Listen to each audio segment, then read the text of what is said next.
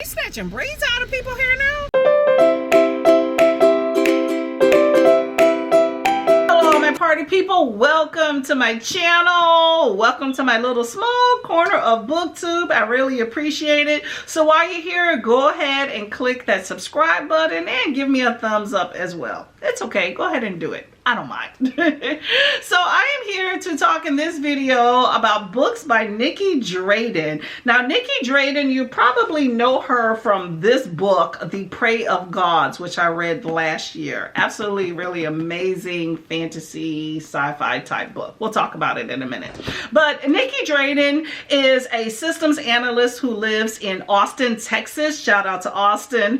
And she is writing books on her spare time. Now, she has a few full-length novels like The Prey of Gods, but she has like a ton of short stories. So look them up. Go ahead and show support.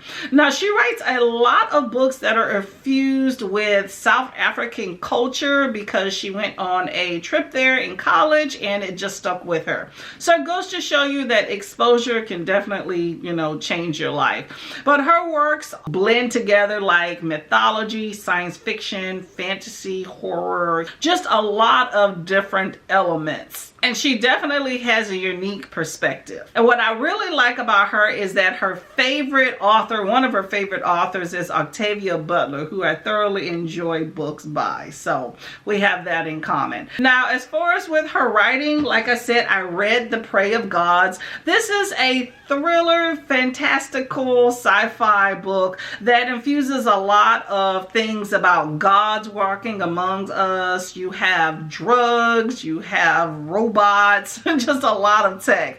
But basically, you have all these different characters coming together in order to help save the planet from this goddess that is hell-bent on destruction.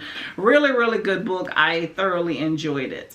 And I recently read this book here, Escaping Exodus. Now, this one's pretty interesting. Now, this book right here, it is set in a future world where people basically live in space in the belly of the beast, which is just like this huge space animal called the Zenzi that is mined for resources until basically there's nothing left, and then they move on to the next beast. And they have no regard for this animal that is given its life for them to exist.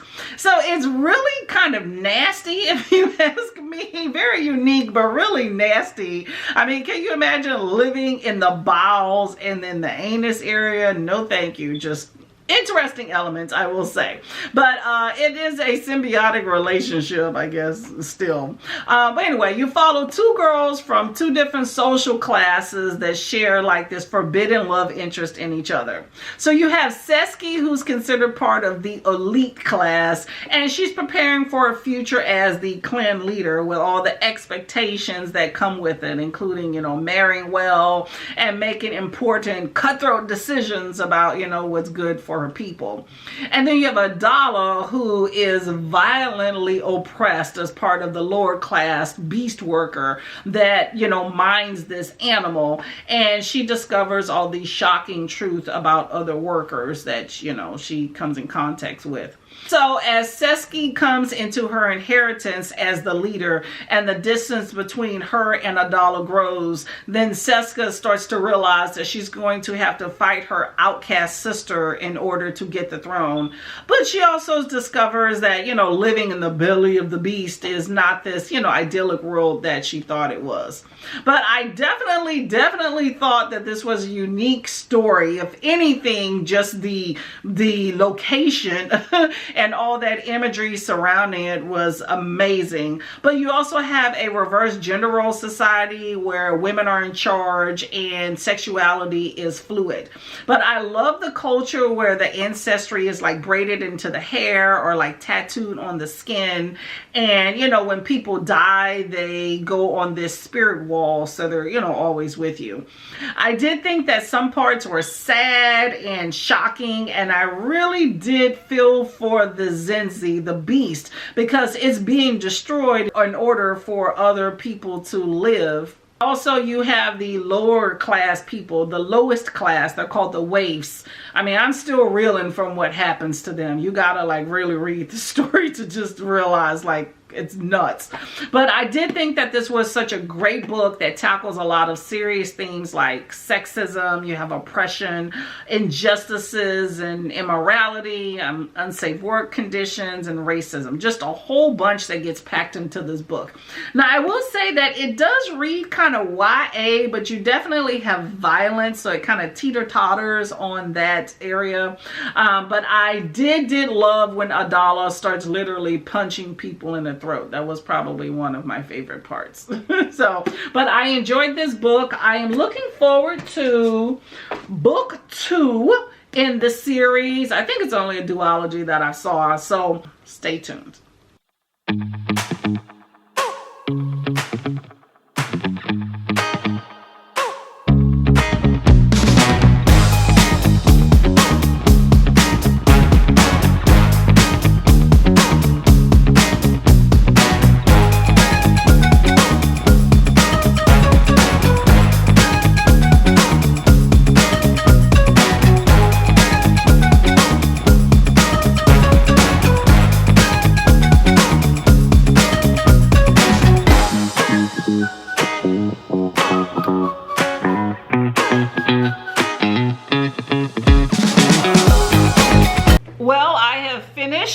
Symbiosis. This is the second book, of course, in the Escaping Exodus series, and it picks up about 3 years after Escaping Exodus ends, and pretty good. So basically you have the clan, the entire fleet, are nursing their Zinzis, that's the beast, back to health and learning to create like this whole new way of living where they're not, you know, damaging the beast. And not everyone is necessarily on board with that. Meanwhile, you have Seska and Doko, who have since married, and they're creating this very unique family unit that not only challenges the traditional values but also embroils them in all of this political drama when members of the Senate are not necessarily on board with all the proposed changes that they want to make, which defy all of the long-held traditional beliefs. Now, I thought that this book had a lot more comedy than the first book. I mean, you had several mentions of expulsion from the extra asses of the Zinzi. I mean, I was just cracking up. Now, it's not really funny because it means that it's a death sentence for anybody who gets expelled into space, but it's still absolutely hilarious. I did think that it was an absolute shocker about why there's so many females inside of the clan. I just wish that the book would have maybe talked a little bit more about that and fleshed it out. I thought that there was a lot of sexual situations which were interesting. Now, this book is not explicit by any means in that arena, but it was still interesting nonetheless. I did think that there was a lot of characters which are hard to remember and some immaturity on the part of the main characters when they're supposed to be in the leadership role. So I wasn't invested in them actually running the show because they kept getting themselves in my opinion, avoidable trouble. But overall, I thought that it was a really good series. Great examples of how humans are definitely inherently selfish. And I also picked up this book, Temper by Nicky Drayden. Now, I actually DNF'd this book at about page 80. And I actually was a bit irritated because I wanted to really like it. It's basically about people that are born as twins. You have like the lesser twin and the higher twin, you know, they're not identical. And basically when they're apart from each other, they get anxiety and pain. And you follow this teenage boy who realizes that, you know, he's kind of the dud of the pair, so he's not going to amount to anything. And he's afraid that his higher twin is going to go off to do great things and leave him into oblivion. So he's just getting anxiety about that. And then he starts to hear all these voices. I didn't feel invested in him or his story in any fashion. I was like, whatever. But it talks a lot about virtues. I guess the people have like their virtues tattooed on their skin. So, you know, the more tattoos you have, the more basically of a bad person in society you are. I think you had a whole bunch of immature sounding characters, and you had poor and rich relatives just basically talking trash to each other. Just overall, I just don't think that this book was for me. I just was not invested in any of it, and I just decided just not to waste my time and finish. And that is it that I have for Nicky Drayden. Now, overall, I think that she writes very good sci-fi / fantasy in unique environments, and she always has a whole bunch of characters for you to follow with a whole bunch of concepts that are take on what's going on in real life when it comes to suppression of people's voices, oppression of people's rights, political drama. Basically how the world's basically going to crap and what we need to do to fix it. But really unique perspective, and I did appreciate it. So let me know if you have read any Nicky Drayden. She has a whole bunch of short stories out there, so definitely let me know if you have taken a look at any of those. I think overall Prey of Gods is probably my favorite of all the books that I have read from her. And that's it. So please like, subscribe, comment, and I'll see you in the next video. Bye bye.